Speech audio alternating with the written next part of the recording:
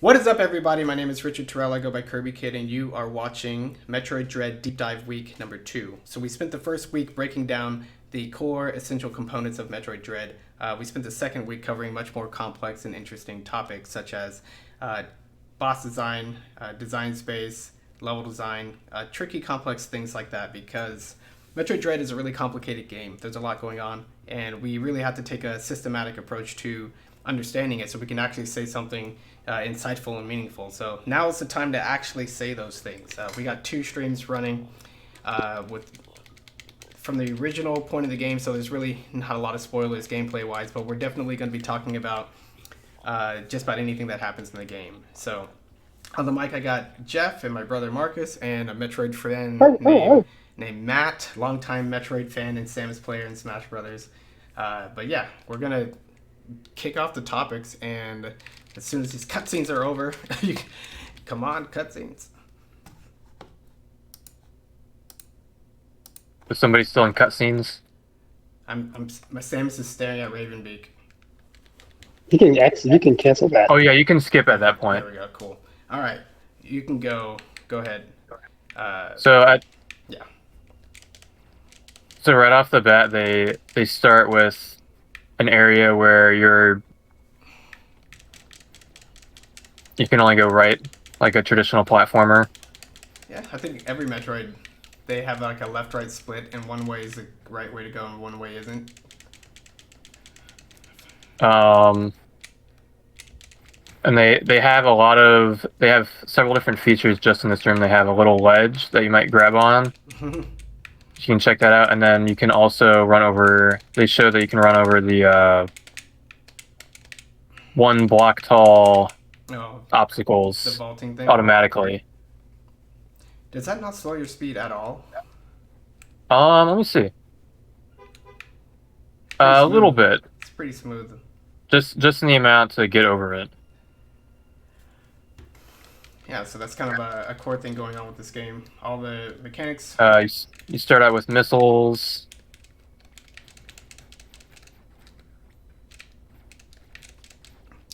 It's cool. Yeah, the whole beginning part of this game is pretty linear. And then you're shown you can't get through here, so you got to go through there. But you're immediately given like an obstacle, gate obstacle that you'll have to unlock later. Yeah. As you power up. Introducing these elements one by one, giving you a relatively safe space to explore them, especially if you kill the stuff that's here. There's like another way you can't get through there. You'll need to acquire something to get through there. Cool. Oh, here's something interesting. You can either, if you run up here, you either have to aim your shot. Oh, never mind. There's a little. Well, there you go. There's a little blast radius. But I was gonna say, oh, you can either you have to aim your shot like that, or you can stand back here and shoot it. But yeah, I don't think there's much of anything in this game that you have to crouch shoot. Yeah, there might be stuff later to get missile upgrades, but.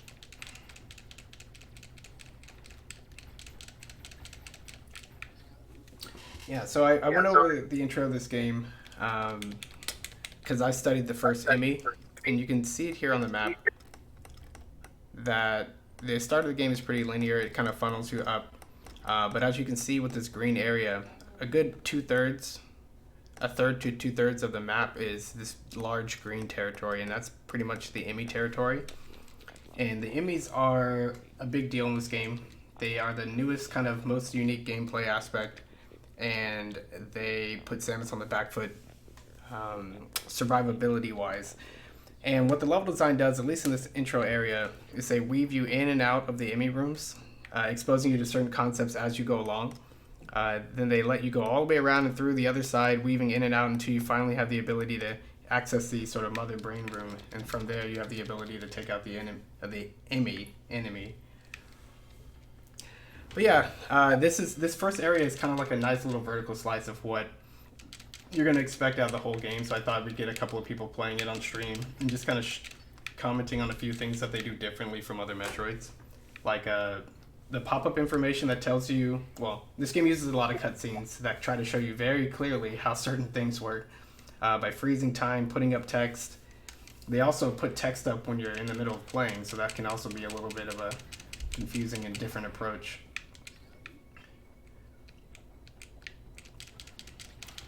Yeah, one of our big takeaways before... I love these enemies in this hallway. The original Metroid had a lot of enemies that traveled in straight lines or along sort of the boxy outlines of platforms. And this whole game is just a lot more analog. You have a lot more analog ways to aim. Your movement is just a lot more fluid in all directions, especially compared to the original Metroid. You got more movement options in all the directions that make things more interesting. You're faster. And yeah, so they made enemy designs that even though they don't have a lot of enemies on the screen, they have the ability to attack you from these different angles, and that kind of promotes the aiming and all that. So what we've got on the table here is some of the big topic items that I want to break down as we play the game and talk about these specific elements. Some of them, the big topics include like what is Metroid as a series? You know, what is Metroid Dread? Samus. What is Samus? What is Metroid? It's Samus. What is Metroid? What Dread does compared to the other Metroids? And like some of the understated questions that not a lot of people are digging into is, you know, how does Metroid Dread compare to Super Metroid, and what's really going on design-wise? Some of the things we said in the previous streams are that, as Marcus said, Metroid Dread's a legacy game, and it combines old school action design with new trends. So we're going to have to break that down a little bit.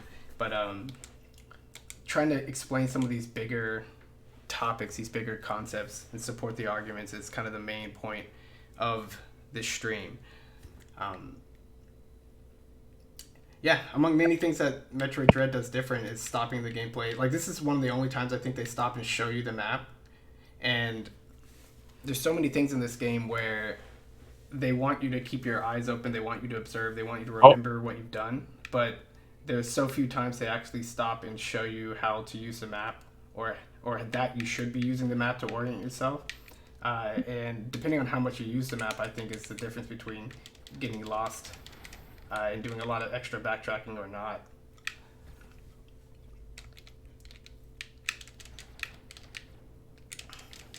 When do they show you to use the map? You go to this area right here where you have to shoot the thingy and drop the blocks, and they pause. Oh, okay. Pause the game and say, look, white areas. It shows you a white blanking area as a hidden item. Yeah. Yeah. Okay. And I think I just noticed here if you get once you get caught here and you counter, it'll repeat that text box, but only up until you slide through it for the first time, and then it's free game if you for you to get caught. Did they tell you to slide through? They do, yeah. They show that. They make a point that you can slide through. I like to think that Metroid Fusion, the fusion transformation for Samus, made her more athletic. Because in Metroid Fusion, you got the holding onto corner ledges, you got, and then by extension in this game, you have a slide, and they kind of want you to slide through certain enemies. It's not always easy to know what you can slide through, but they tried to keep that possibility in some enemies and some bosses.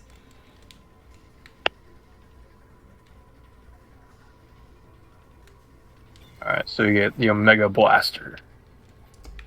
So apparently what's interesting about these rooms is you don't have this special weapon most of the game, so every time you acquire it, it makes you do this test again to control it. It'd be pretty easy to forget something that you've only done like 3 times in the game.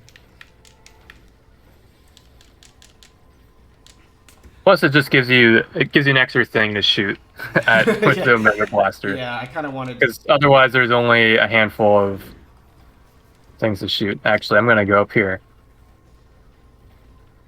That's funny. I was assuming that the first Emmy couldn't climb up the wall because it was damaged, but now it's obvious. Well, probably partially because it's damaged, but Also, doesn't have the spider magnet ball power up. So this one was just gonna try to walk at you. Yeah, he's like, I'm just gonna. Oops, I'm stuck.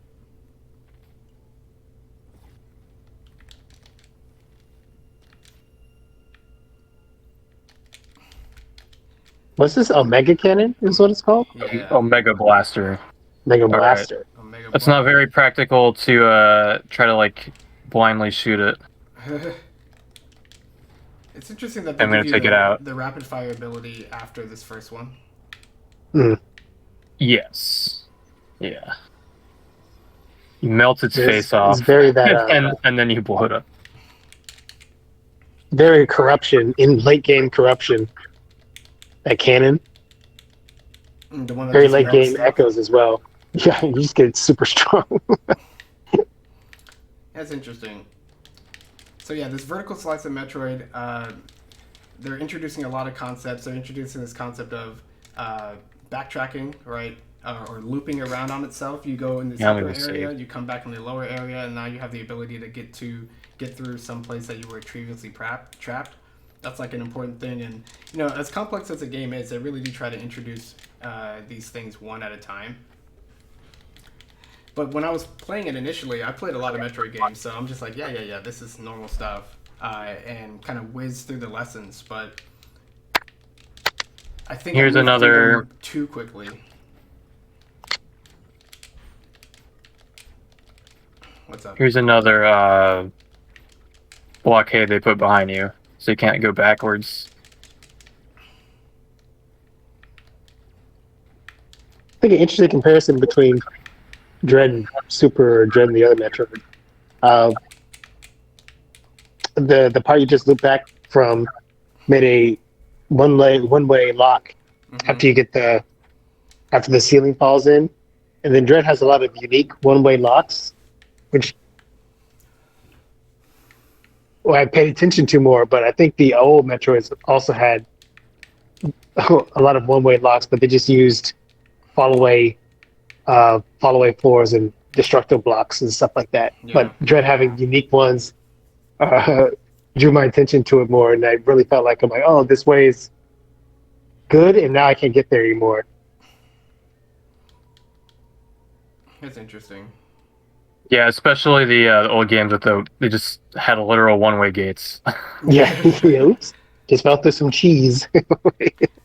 So Cheese blocks, we'll call them. You first go in the Emmy zone, and as I described before, which like in this area you can zoom in, and I said the Emmy doesn't attack you right away. This gives the player a chance to notice how the room looks different, sounds different, has these mysterious blue surfaces, and then you encounter the Emmy with this cutscene that you can see there. They outline the entire Emmy area, which I didn't know what to make of this at first. It's so hard. Like when you're first playing it, everything's just like, okay, as long as you don't stop me from running forward and shooting stuff. And you can easily kind of whiz past a lot of these details, but they're really trying to one by one show you like, hey, this entire area is a new arena with like a different gameplay feel and expectation. And until I either played it again or was playing late game, I didn't quite realize how big the Emmy areas were. I'm just like, or at least the first one. More white rooms. I think I understood the outline on the map, but I didn't quite get the central unit thing yet. I wonder what happened to the first Emmy to get it all jacked up. The same thing that happened to the mother brain in that room. It was already dead. Oh yeah. Wow. Did Ravenbeak just be like, get out of my way? Yeah. So the first Emmy doesn't move until you blow up that the little heart there. Yeah, and then he looks at you and then shows you like what this new ability is all about, and you're like, whoa, that new ability is crazy, and then you run. Oh, you just go through there, right? It's so frozen. That's cool seeing the Emmy. Yeah, some of the. Can what you do it? No. Yeah. I don't know what exactly happened to you right there, but yeah, because of the lighting and the way that some of the walls are, like, look, those are black walls, right? Mm-hmm. So sometimes it just gets to a point where like one smack into a wall because my eyes are defocused because I'm looking at Emmy and me. I just run straight into walls and I get caught. Yeah, I ran into walls a lot, I think, when I first played. Your eyes are darting all around the screen. You're in a new area. You got something chasing you. You know, you got to platform different ways to get around the area. It's not just like hold forward, but you got to jump and be aware of where you are. And there's plenty of That times that when one I in ran particular. straight into the walls. Yeah, like this part here with the black background thingy and this black overhang. Yeah, because the other ones have like that. I don't know. I always thought it was icy mist, but not icy mist enough to hurt Samus. Yeah.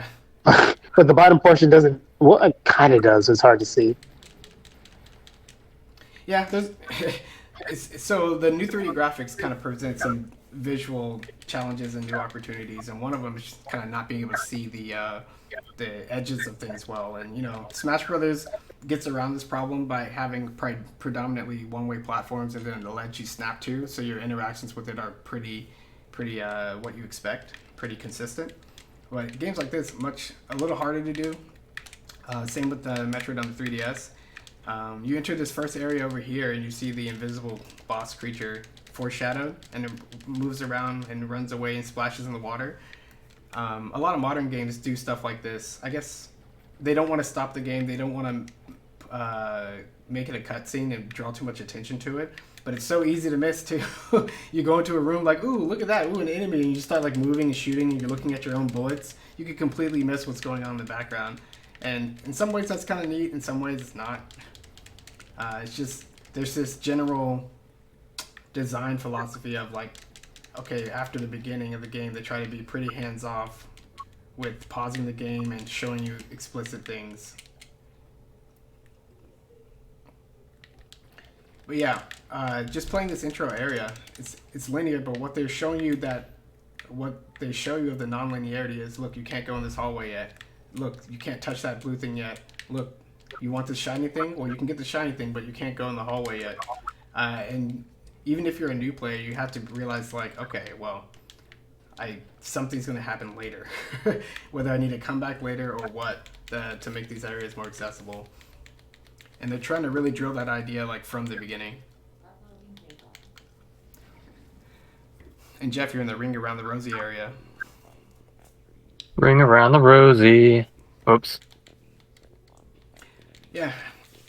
As simple as the enemy rooms are, it's still hard to navigate a side-scrolling environment when you see it for the first time and you got something chasing you. And I just remember like getting turned around in these enemy rooms and going like, which way am I going? Yeah, a lot of my Metroid navigation is running through an area and then not consciously. Well, if I have to go through areas multiple times, I run through it so much that I make a mistake, essentially one round, and you end up in a different place. I usually don't consciously go, okay, I went over here. I'm gonna explore this other way. I just like move, and like if I move through the area enough times, I'll eventually do something slightly different, and I'll take you down a different path. Yeah, that kind of speaks to the whole like Metroid is an action game, like primarily. So your normal default is to move through things and shoot things and keep moving. But yeah, having to stop and kind of make sense. Wait, how did it get over there?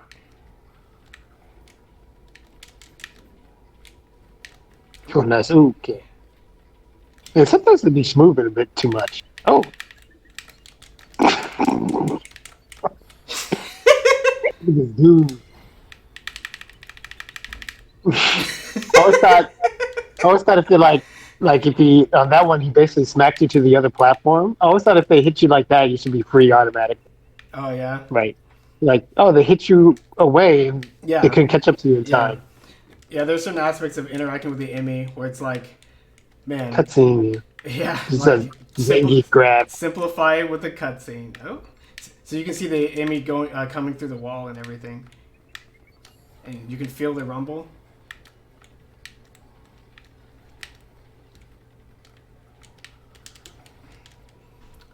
So I never really took the time to like play around with this dude. But I like it how these slidey holes put you in little one-way loop-de-loops.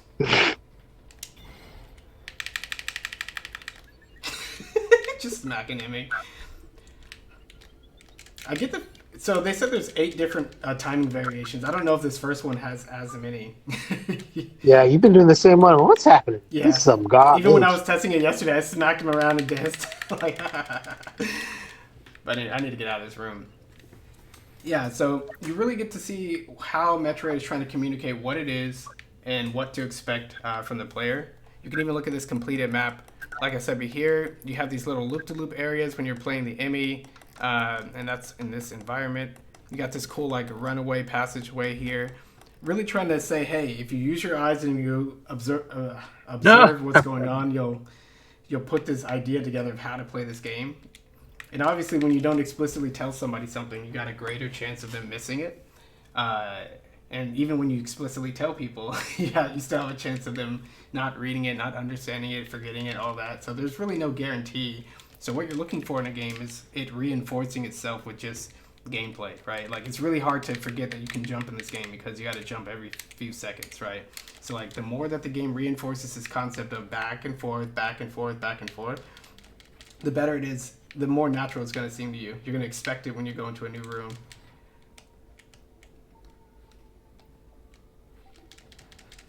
So all this stuff is solid level design. All this is working with a relatively limited palette of things, but trying to use that limited palette to say, hey, like you can, there's more things to pay attention to.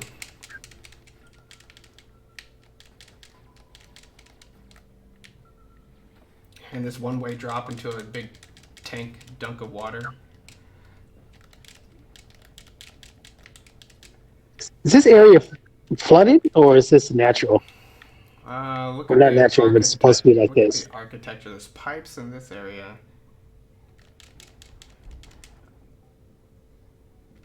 So something that this game does or improves on from Samus Returns is being able to jump straight from a grab ledge. So in Samus Returns, if you grab the ledge and you want to go forward, you'd always have to do that Oh yeah.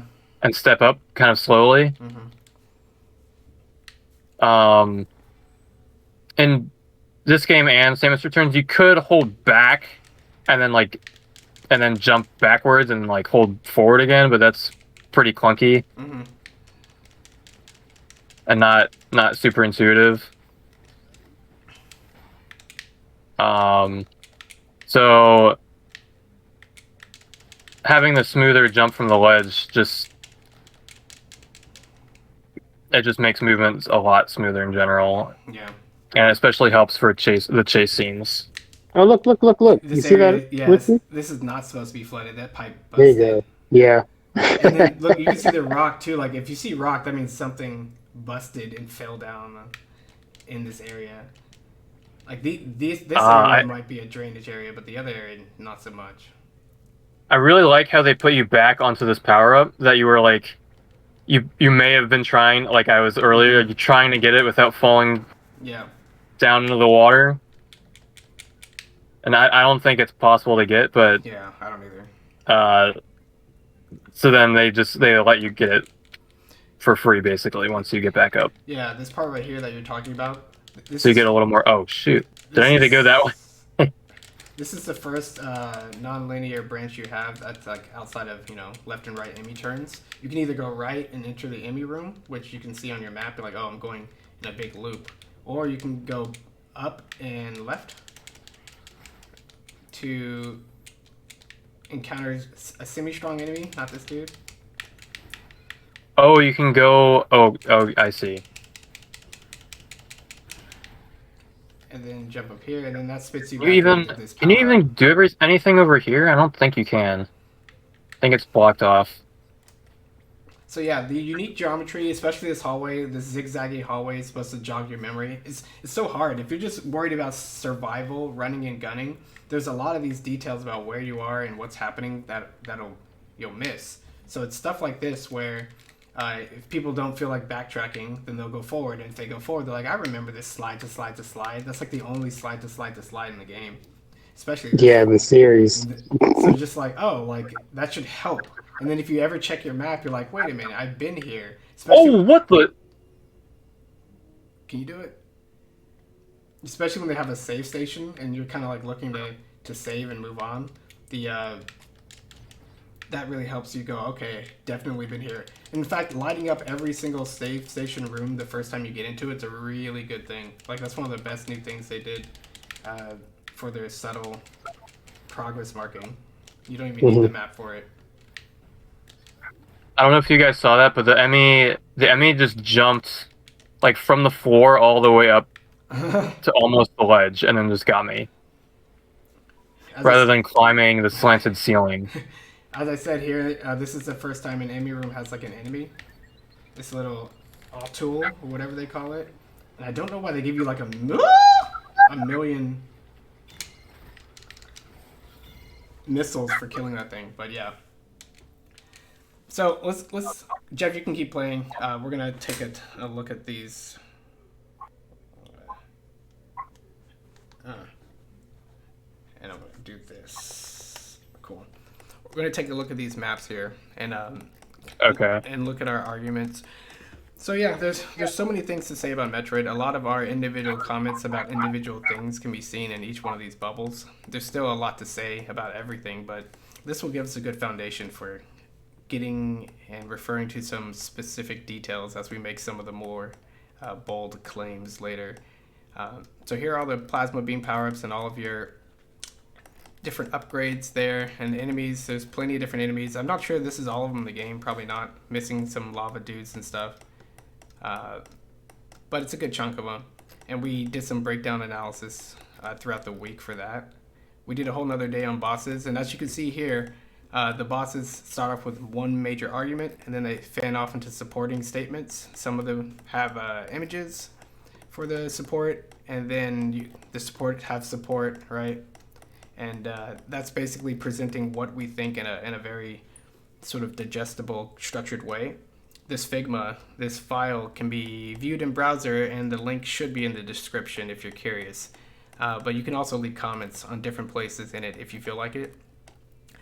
But yeah, the original Metroid had Kraid, and this is the boss I did. And I did some research on how he worked in Super Metroid, and even got a screenshot and looked at how he worked in Zero Mission. And now we got this, that's the classic design that established a lot of what Kraid does and is.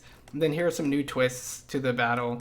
Here's some complex timing challenges created from his attack patterns, balanced and varied attack options, mostly fair, lots of organic interplay, which I love.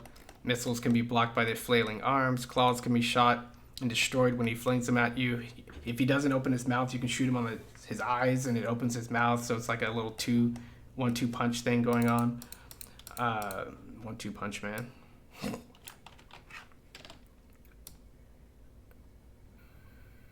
You can force the mouth open by hitting the eye area with a missile, yeah. And clear feedback. So there are a lot of different aspects that go into boss design, both from how you learn it, how you play it, and what you can do once you learn it and kind of master it. And all those things are in consideration, but it's really hard to get a sort of one argument that sums it all up. For the most part, you know, I like this boss, I like what's going on, but there's a ton of details that I'm not explicitly talking about. But hopefully with this format, whenever I either think of the details or need to reference them, I'll just add it to the appropriate place and it'll just keep structuring itself. But yeah, we have the water boss, Drogia, and then we have the experiment number Z57. Lots of individual points there. It's a very complex boss. The Gull Zuna, and so on and so forth. And then we did our research on the Emmys, and a lot of the data is spit out in the maps itself. Some references to level elements, so on and so forth.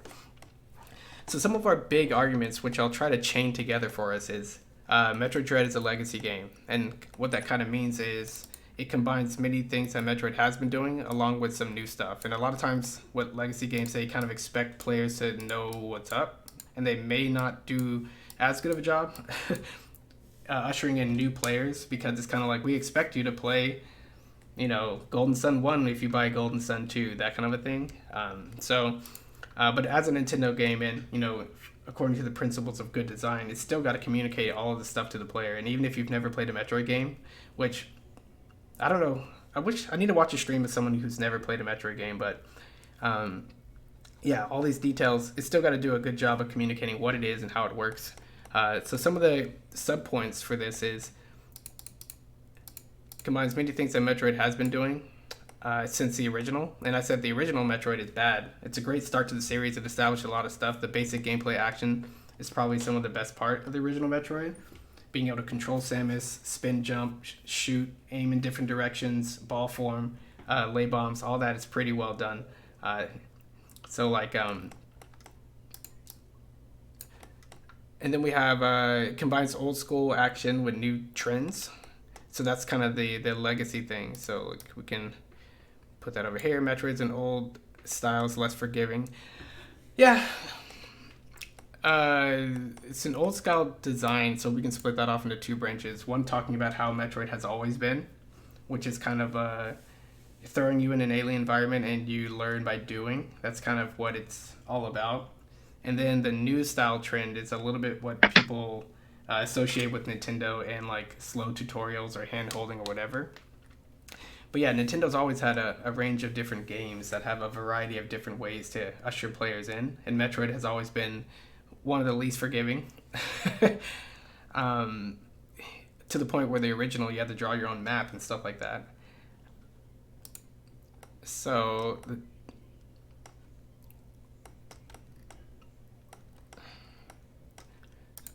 this can go here, here. We can do this. Metroid is a Metroid game, not a Metroidvania. It doesn't have any leveling up stuff. It doesn't have grinding, all that junk. It's what it is.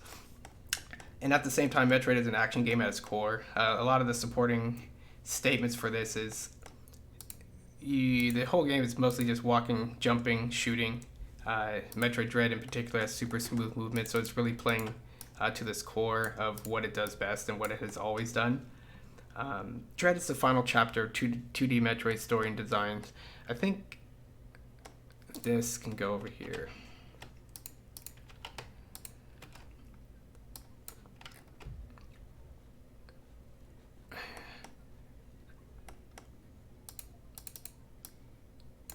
So I can do this. Enemies are simple, powers upgrade, make the game easier, but also change the speed and pace. Like this. Most of the power-ups are about moving or shooting or destroying things. Okay, like that. So yeah, feel free to jump in with any of your comments, Marcus, but we're going to try to cover a lot of what's in this little topic bubble and a lot of the questions that people had initially, which are all here, like can enemies be scarier? What's a good way to talk about level progression? What's the best way to break up the map for further understanding?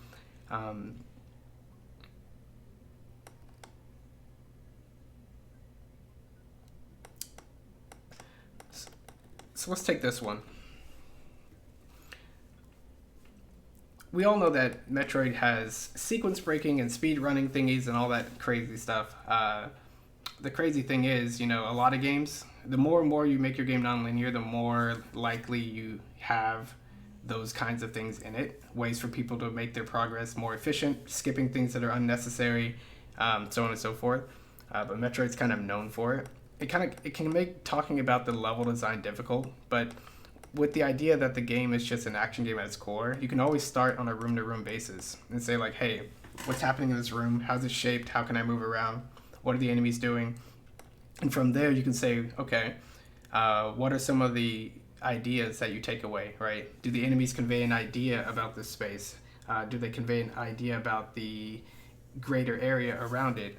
Do they remind the player of some concept that would be good for them to revisit later? And things like that start to become easier and easier to break down once you have a specific sort of framework in mind. And the way that I looked at the original, like what Jeff is playing through right now, this original beginning area, is just remarking on the different concepts, like, ooh, this is a missile that you see but you can't get. This is a crawl space that you can see but not get into. Like, this is a door that you can see but not open. And how those things are built up over time, how many times they repeat it, and where they repeat it becomes important. But yeah, even with something non-linear, even I mean the beginning of Metroid is pretty linear, but even with something non-linear, you got to remember that players always experience non-linear things in a linear way, right? They're still just playing their one save file. They're still just one person with their one set of experiences, and if you consider that the construction of higher level concepts, higher level design is like building paragraphs out of quality sentences, out of quality like word phrases and word choice, you can kind of see that, oh, okay.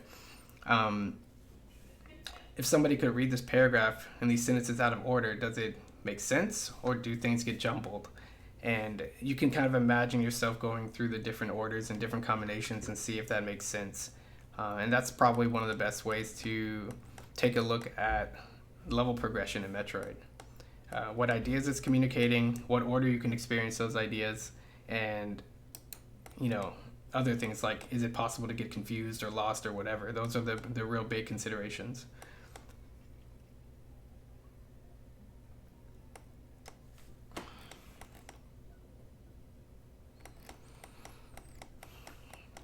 And I think you said before, Mark, it's the best way to break up the map.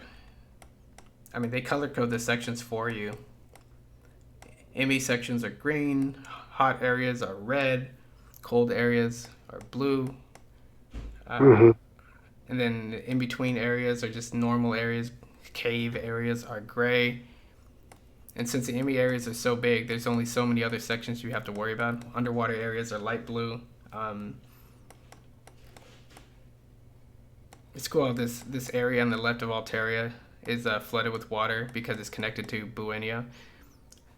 It's somewhat connected. And this area to the right near Cataris, which is the hot area, is hot. And this hot area right here is kind of not directly beneath, but kind of beneath this whole hot area right here. So it's like, okay, even though a lot of these sections are separated by elevators and trains, you can still make sense of things with just like, if you want to go to a hot area, there's only two in the entire map. One right here, and then one right here. So you can kind of move up and to the right or up and eventually find it if you're in Alteria. I say like a Pokemon name, Alteria, Arteria, Artaria. Don't know.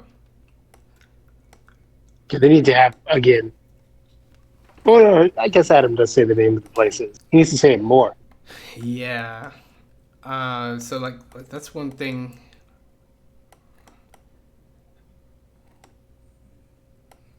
So old school things about Metroid include sparse story and sparse communication. And they kind of keep that going in this, but you kind of start to feel the wear and tear of that limitation in Dread. The storytelling with the images is kind of hit and miss, I think. It's a throwback. It harkens back to other Metroids and the art style and everything, but then it's a little lacking in detail, and you think there would be more images, right? The cutscene still image based storytelling is hit and miss.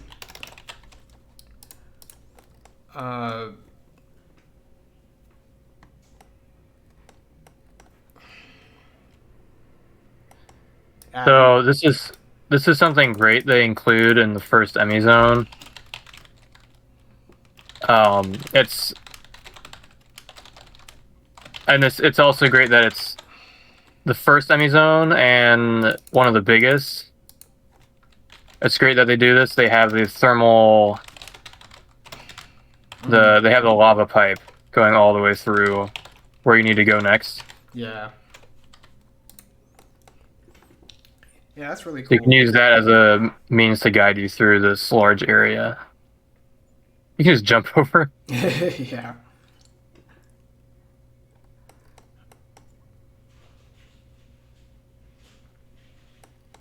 Oh, I guess I made the wrong turn there. There we go.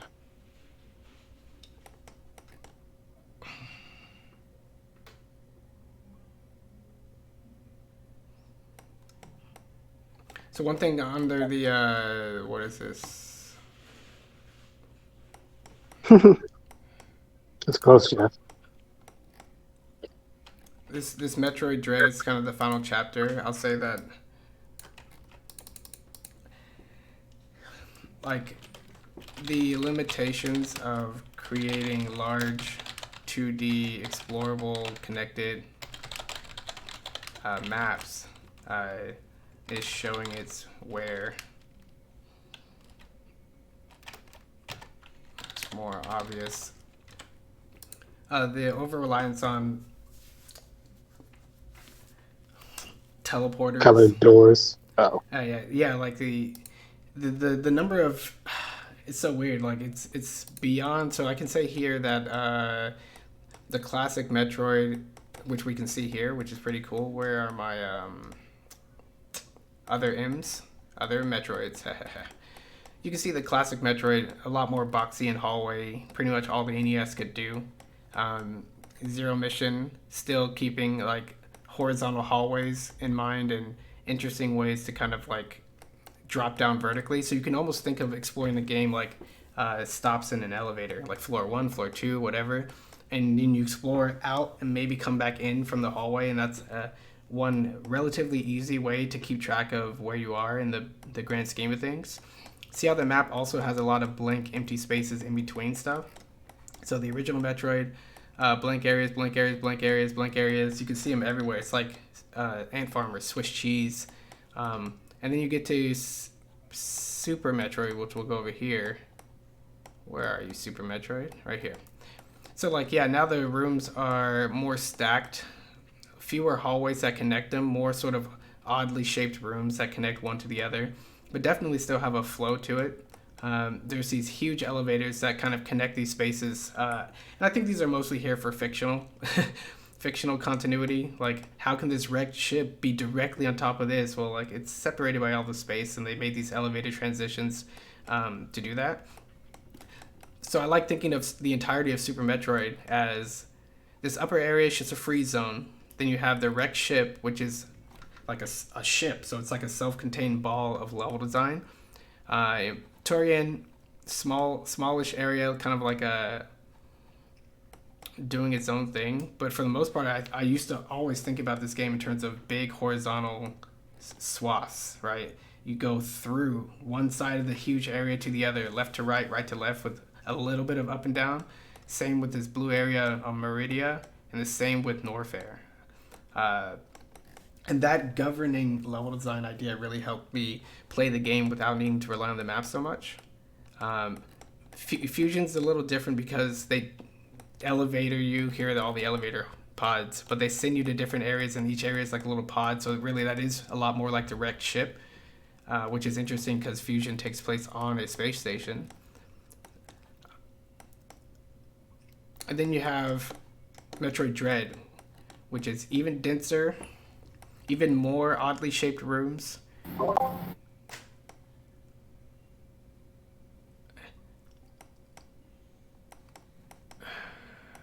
What about Samus Returns? Hold on. We got Samus Returns here, and the original Return of Samus. I always thought that was funny. Return of Samus, Yeah. the level design clearly looks like a lot more like the original Metroid. Long vertical hallways, long platforming sections like this, linear sort of climbs or crawls through areas. Then you have contrast that with Samus Returns, which is a 3DS game made like 20, 25 years later or whatever. And the architecture of each room is much more complex. You're starting to see a little bit of that kind of organic zigzagging. You see a lot more of the, still harkening back to this hallway concept, but now the hallways are much more varied, right? You're going through them. And the rooms, what did the original do? I remember the original having just a few really large rooms, including this one, and this one, and this one. Yeah, this is the one I remembered most. And they tried to recreate a lot of these structures in the new game, but even looking at it from this zoomed out, the platforming regularity is very patterned. and the areas that you're going in between are very much more either linear or hubs and spokes. And from what I remember with Samus Returns, the way that they gated out large parts of this game was with receding poison.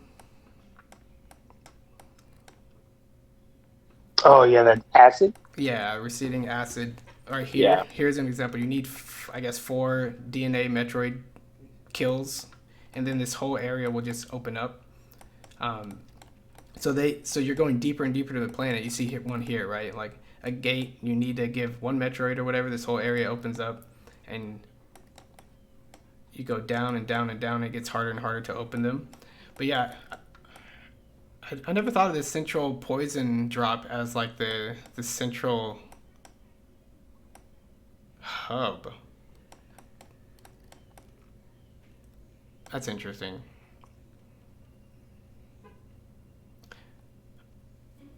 Yeah, the bigger you make your map, you start to see this. The bigger you make your map, the more traversal becomes a challenge.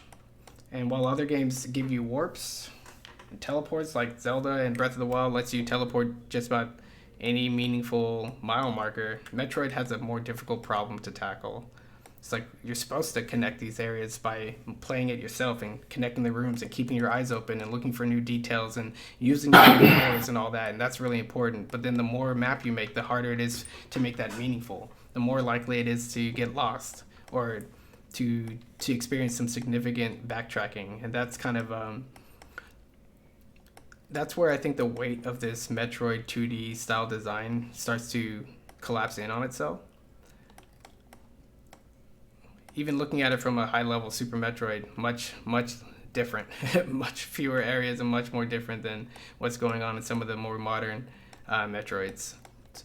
So that's just something to keep in mind.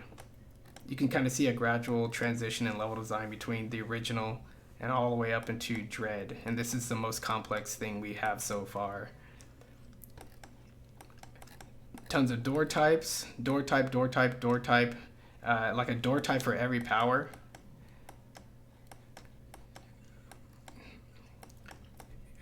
Including all your beams. Then you have block types, more block types, classic breakaway blocks, classic speed blocks, classic screw attack blocks, and then we have power bomb blocks, and we have this new weird organic thingy, which is weird.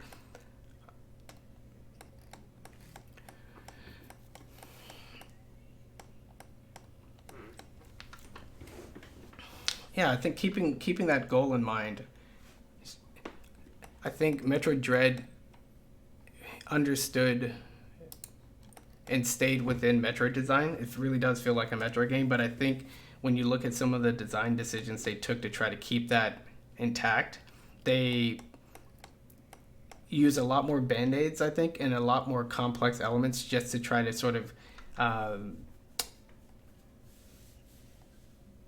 address the problem that they were introducing by the need to make the map more bigger, right? Next gen, $60 game on the Switch. People are expecting a certain size of game and a certain amount of content, and that kind of makes it more and more difficult to control Metroid style wise. So what's interesting about Metroid also being an action game, if you think of the game like Contra, and you're like, oh, if you play Contra, you can sit down, if you're good enough, you can just beat it. And I really do feel like that forward momentum, you can play this game in a sitting or so, kind of action design is part of what makes Metroid mix up its core gameplay, and everything is kind of tuned around, well, let's not get too much in the way of that.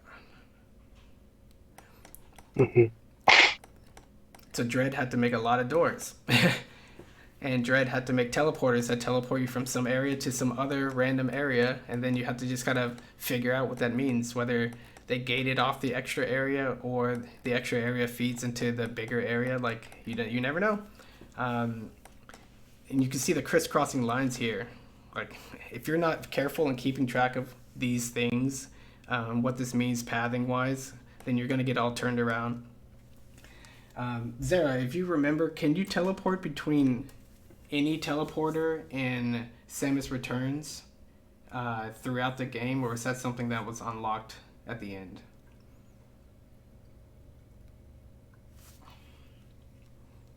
It was you could teleport anywhere throughout the game, You could not.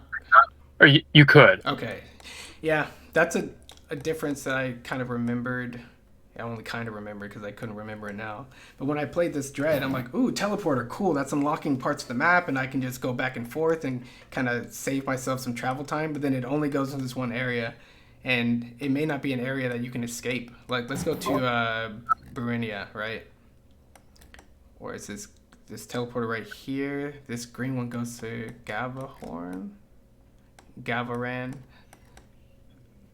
This blue one goes over here. Yeah, I can. Mm-hmm. Strangely, once you defeat this first Emmy, these pair of just regular doors or charge beam doors are just locked. Mm-hmm. Sealed door, yeah. Yeah, that's another good point. More doors than ever, more complex sort of environments than ever, more complex sort of That makes you wonder, like, why is it locked? to feed and Because funnel. because Right? you. Oh, did I go through there before? I did. I think I did. Yeah. Yeah. Wait. No, I went through the top section. Yeah, think about it from a player's point of view, right?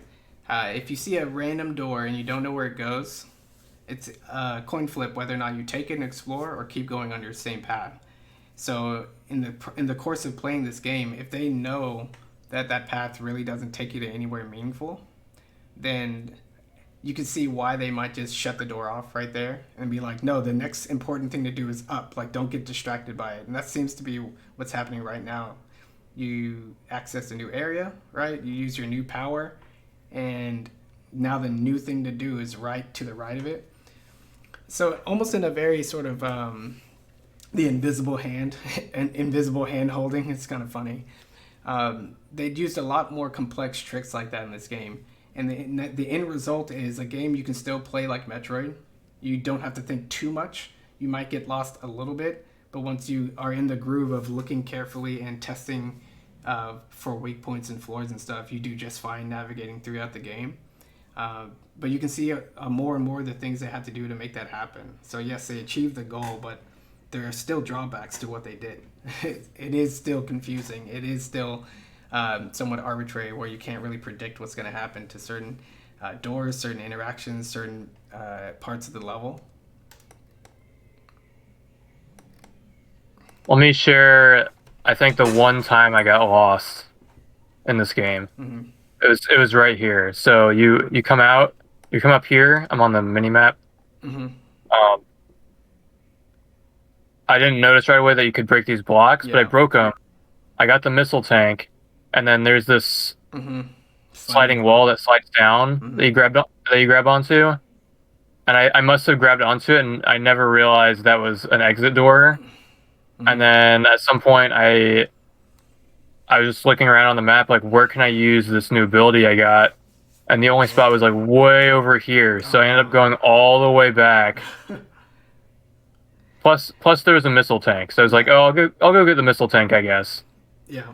But then you can't go through this water to get back in the Emmy zone. Mm-hmm. Plus, I don't think you could go back up there anyways.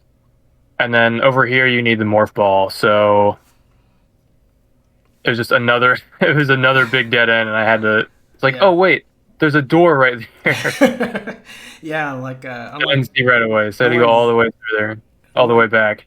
or unlike Zelda and some other Metroids and stuff, you unlock a thing and you don't hear the dun, dun, dun, dun, dun. You don't get anything.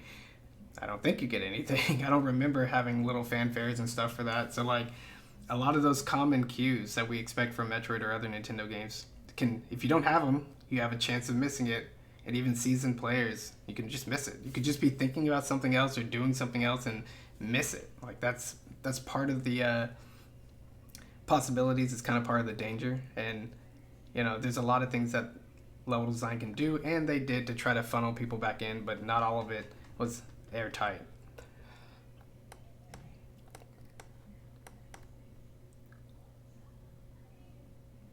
And then here's another one-way gate here with a slide.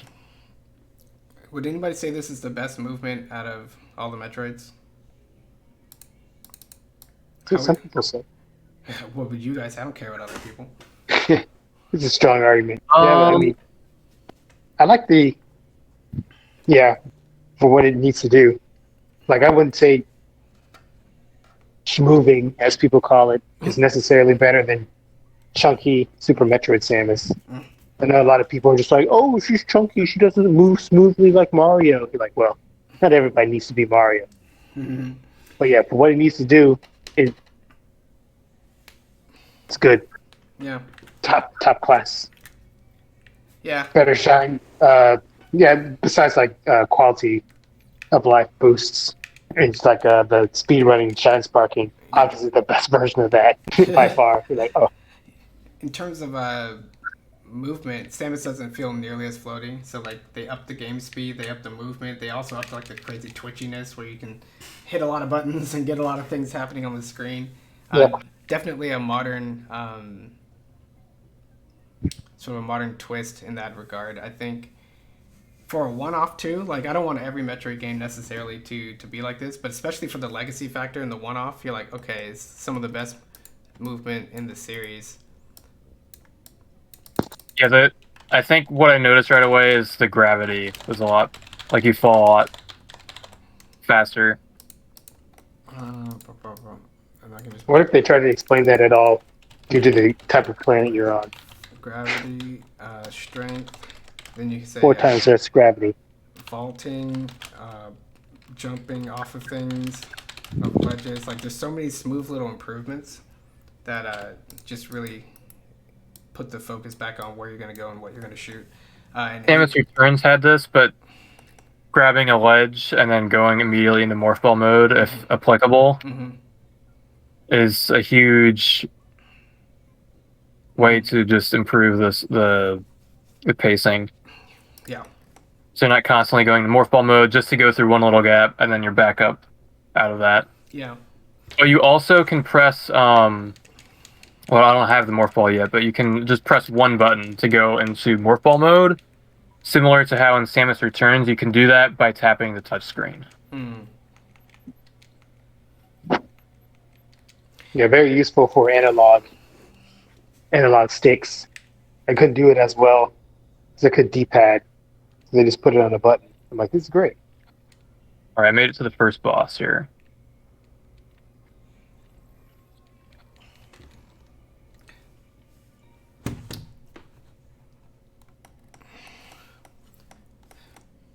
Yeah, and for the most part, I think the controls work.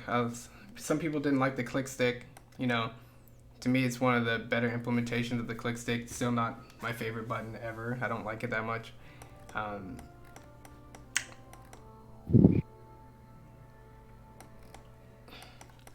Let's go with this. Oh,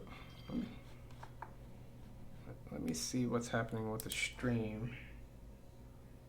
I need to make sure my desktop audio is really low. Cool.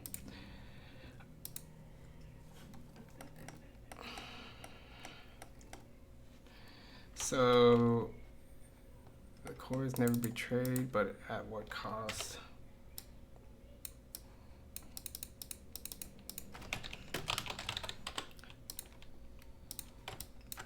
You can say that lots of complexities were added, some of which are arbitrary, that keep the, yeah.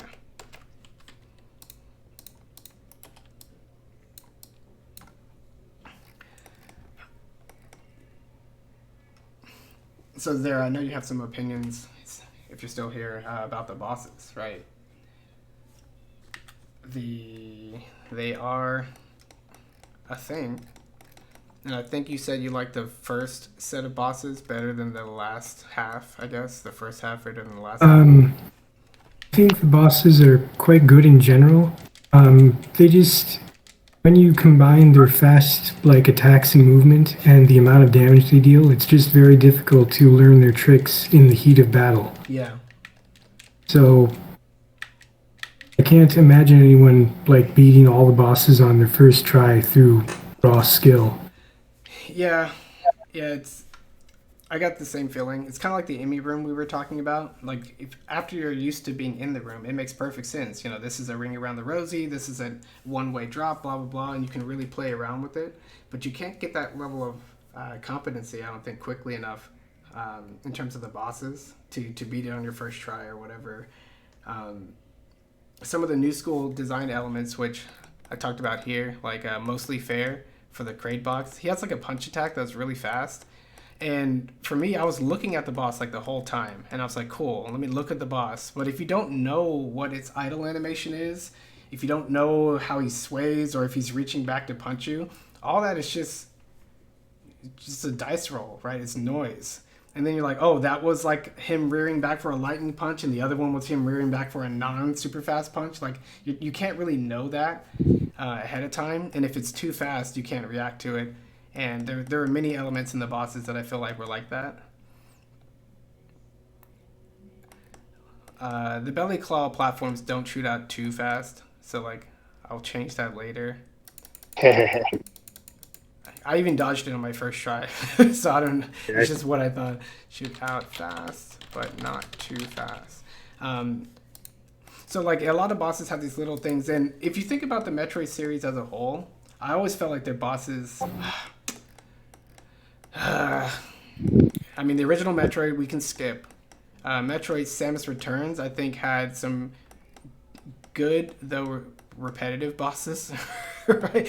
You're fighting the same like Metroid, and you think it would be like, oh, this Metroid's in a different room shape. This battle's slightly different. They really weren't. You were just really running through and exterminating Metroids awfully effectively until the last like few that were pretty strong. In the original Samus, what is it called? Yeah, original Return of Samus. So if you count those as bosses, they're still good. This last boss too, you guys remember him? He's still good. Much more basic. Super Metroid started to introduce bosses that I felt like a lot of people got in this mindset of you're just supposed to trade hits with the bosses and hope for the best, right? And that's tricky, right? You want these action games to be fair. You ultimately have a couple of different goals that you're trying to hit, like being able to beat the boss without taking damage is a good goal, but it's not the only goal. For example, if you have a boss with RNG and it's like it's a 50-50 chance that after you whittle it down its health, you'll take damage and kill it or not take damage and kill it. That means it's obviously possible to beat it without taking damage, but it still obviously has like a somewhat unfair coin flip in it. So it doesn't matter that you can beat it a time without taking damage. You really do have to look at all the possibilities, and that's a thing with bosses. And then there's a whole other coin, the other side of the consideration of how easily can I learn this boss? Because if you make the player learn too many things that they haven't exercised ahead of time in the challenges ahead of the boss, and if you try to make them learn too many things, it just puts a huge strain on your ability to understand, play around, and ultimately sort of master the boss fight. And if you put too much of a strain, players are going to opt into play experiences and strategies that are much, much, much less desirable. They're trying to try to memorize a way to play that gets them the win. They're going to try to trade hits. They're going to not look at the boss as an opportunity to play and learn and test their skills, but just like an obstacle that once they beat, they'll be frustrated and move on. So that's a very thin line. People don't like when bosses are pushovers because they expect them to be hard, and a lot of times people evaluate things that are hard by how much it kills them. So that just puts boss design in general in a very sort of razor thin margin in terms of a boss that everyone can like that's still very, very well designed.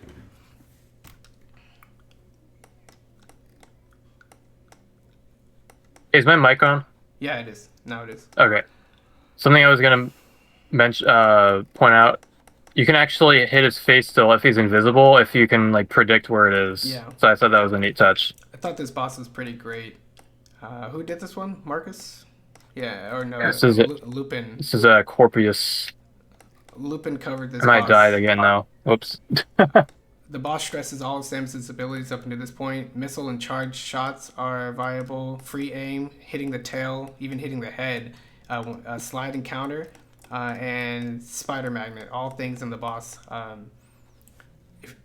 all good things for a boss to do to keep things fresh and mix up what you're learning. This is what I mean by like testing things you've already done. These are things that you've been tested on, and that's great. But the He also aims. He also like bobs his head up and down a little bit as he gets hit, so you can't just wail on him. You can't unload it on him as easily. I feel like that's a great use of next gen, right? Like back in the day with Super Metroid bosses, the sprites they didn't move too much, so like it's a lot easier to expect 3D models to move around, and the natural swaying of a tail or a head in this game changes the aiming just enough to where doing your free aim shots, it actually makes it quite engaging and interesting and scary. Yeah, like right here. I have to point up and down a little bit. Yep, I love it. When I first slid under this boss, I missed the counter, and I was so mad. Was that the first example of a game where you initiate a cutscene and then it also has like a counter that can hurt you inside of it? Did Other M have dodging or like a parry thing? I don't remember enough of Other M. I want to play it again. It had something. It had enough of something where you could get extra cutscenes when battling a boss. Because I remember. Actually, the game has after you beat it, the game has like a movie mode. Mm-hmm. So you can just watch Samus go through the game on her own. Man. And during the bosses, I was like, how is she doing all these like extra moves I didn't do before? Because I didn't hit the special parry or whatever. That sounds interesting. I didn't even know about that. This part of the boss with the tail that comes out, I really thought this was pretty genius for the first boss in the game. A lot of people will back away from scary things, and this tail blocks shots coming to its face. So if you're on the outside of the tail, you just have to wait. But what that's great is you realize you were playing safe. You are safe. You get to see how long the animation is, how far his reach is, and what happens, how long it takes for him to recoil his tail. And once you put that knowledge in your head, you're like, I'm going to be bold. I'm going to stay on the inside next time I recognize it's a tail attack. And then you get free shots on his face. And that's so good. That's the kind of great design that we were looking for. I typically look for all Nintendo games and stuff. Oh my gosh. Unique things, interesting things, but things that also allow you to sort of effectively learn, safely learn, and then test your skills so that you can kind of take it to the next level and decide if you want to meet the challenge head on.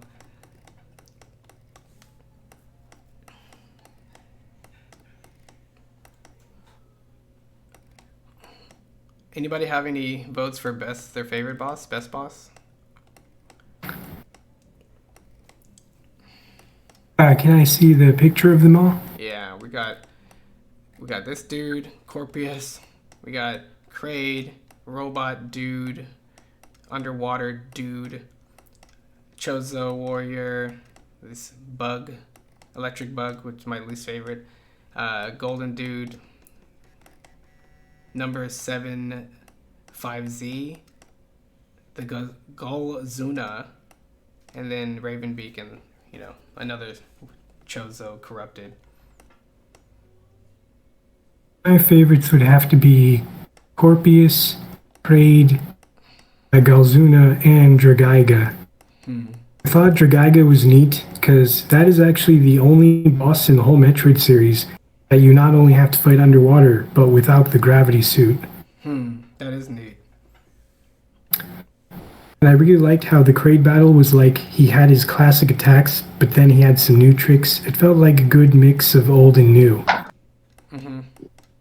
Also, I noticed that every modern Metroid game brings back a boss from Super Metroid. In Samus Returns, they, bring in Ridley at the very end. In Other M, Phantoon is a secret boss for completion. That was cool. Maybe the next game will have Raygon. That guy's never coming back. And mine's Kraid. Yeah, Kraid. He's pretty freaking cool. He's got a lot going on. Yeah, clean. And my least favorite boss would be the robot Chozo soldiers. These dudes. The one that they attack you in a pair, right? The group. Well, no, well, they're basically all have the same attack patterns. What I find annoying is their red melee attack. It comes out so fast and has such a ridiculously large hitbox that does so much damage. Yeah. It's just the definition of cheap attack. Yeah. Yeah, so like exactly what you said. There's a lot of most of these designs are pretty great. Like man, it's been a long time since playing a game like this, playing bosses like this, and I found that most of it just to be great. But then there's little details like that where I'm like, what are you thinking? Like if you fight this red guy second to the last boss or whatever, and you get hit by his Oh yeah, and black what's especially laser, annoying is that they have the blue melee attack that you can melee counter. But like if you try and, wait for that and react to it, if it ends up being the red attack, then you just get hit. classic mix-up. Either you have really good reflexes or you should just jump over them every time Yeah. and just not bother with the melee count. Yeah, this the second to last boss, I think he has an attack that takes off 2-3 bars of health. Yeah, 2 bars, I And think, then yeah. Ravenbeak doesn't even have an attack that takes off that much, as far as I can remember. I thought this guy was more deadly than Ravenbeak, but Ravenbeak is more complex and you fight him over a longer period of time. But I was like, geez, like why is that so strong? And like the red attack from the robots, I'm like, what is going on here? Why?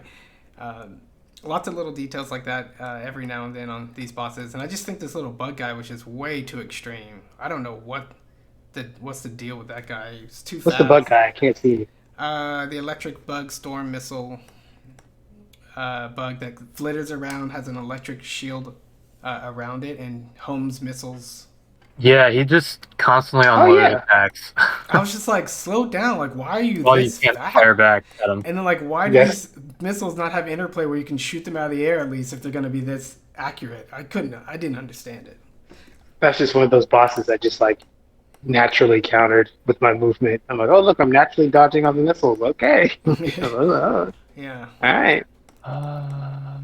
So it's weird. So to more or less to wrap up,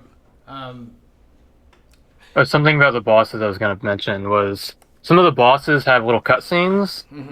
Like, as you're about to defeat them, like Kraid, Samus will jump up Kraid's body or like around the shacklings and then take him out from the other side or blast him in the face. I can't remember. But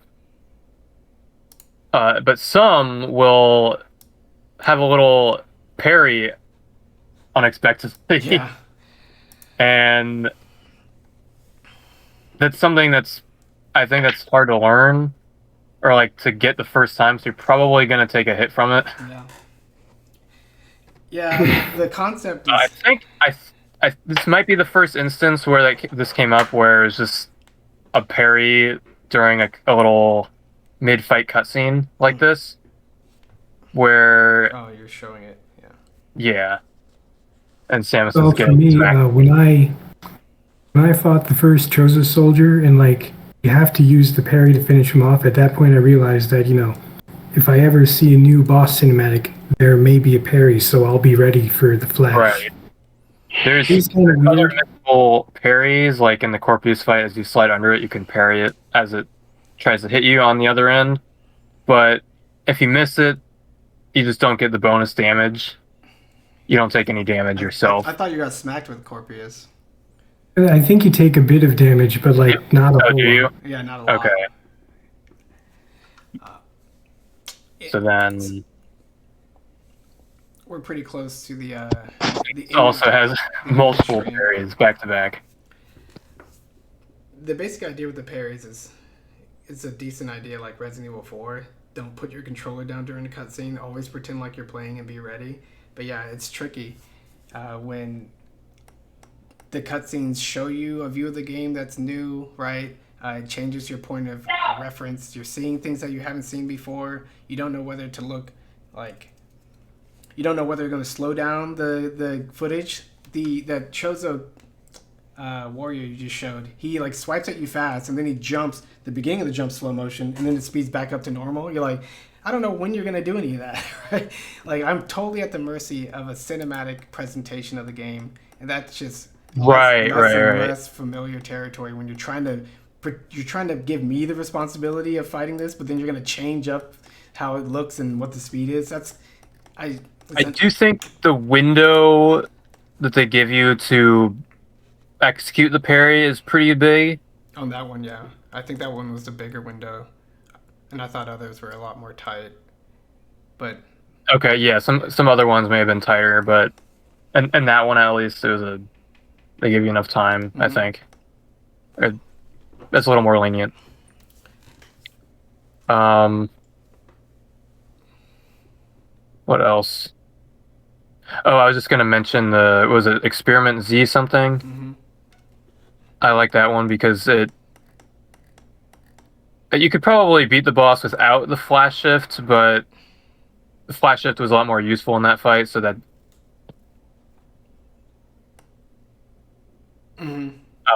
so that I just liked using that in that battle. You could like flash shift to dodge a move and then either flash shift back or just kind of direct yourself to land in the safe spot where there wasn't any poison goop or I think it was a poison goop, right? yeah, he left poison goop on the ground, or radioactive goop, or whatever you want to call it. Yeah, so wrapping up, there's a lot of details to talk about. There's a lot of great design, and then there's a lot of strange, sort of incongruous design elements. Something that kind of reminds me that they had some new perspectives, some new blood looking at the game, and they were also trying to modernize the series. And there's some subtle clashes, some bigger clashes, but ultimately, you know, my experience with the game is a really good one. I really like it, but it's design-wise, it's just a really interesting thing to think about. Like, what else could they have done? Like, what else can Metroid do as a series? Like, could these problems have been circumvented some other kind of way? Like, what would need to be sacrificed from this map layout in order to make it a little cleaner, a little simpler? Like, would it have been as crazy to have this whole game more like Metroid Fusion, where you have like a central elevator hub and you go to the different areas? There's a lot of questions. But yeah, I'm going to be filling out more details over time. And everyone else, you know, we've had 2 weeks to discuss the game, and next week we're pretty much going to answer the question, what goes beyond Metroid, right? What kind of Metroid game would you make? How would you translate some of these 2D things into 3D in a very different way than Prime did? What kind of 2D game would you make? What kind of Metroidvania would you look forward to playing that is very different from what the Metroid series has done? Because we all know it's a highly popular genre. Tons of people have made their own Metroidvanias, and I don't like most of them. I think a lot of them miss the point, and a lot of them miss that secret sauce that Metroid is an action game, and that sets a certain restriction and foundation on how you play it, what you expect out of it, how it flows, and you know how complex things get. But yeah, I think there's a lot to discuss. We're gonna talk about it next week on the Discord and beyond. But if you guys are watching this now, you can also find this link to this Figma and our Discord channel in the description.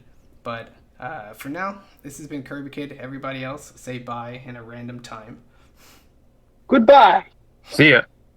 Bye. And we will see you next week.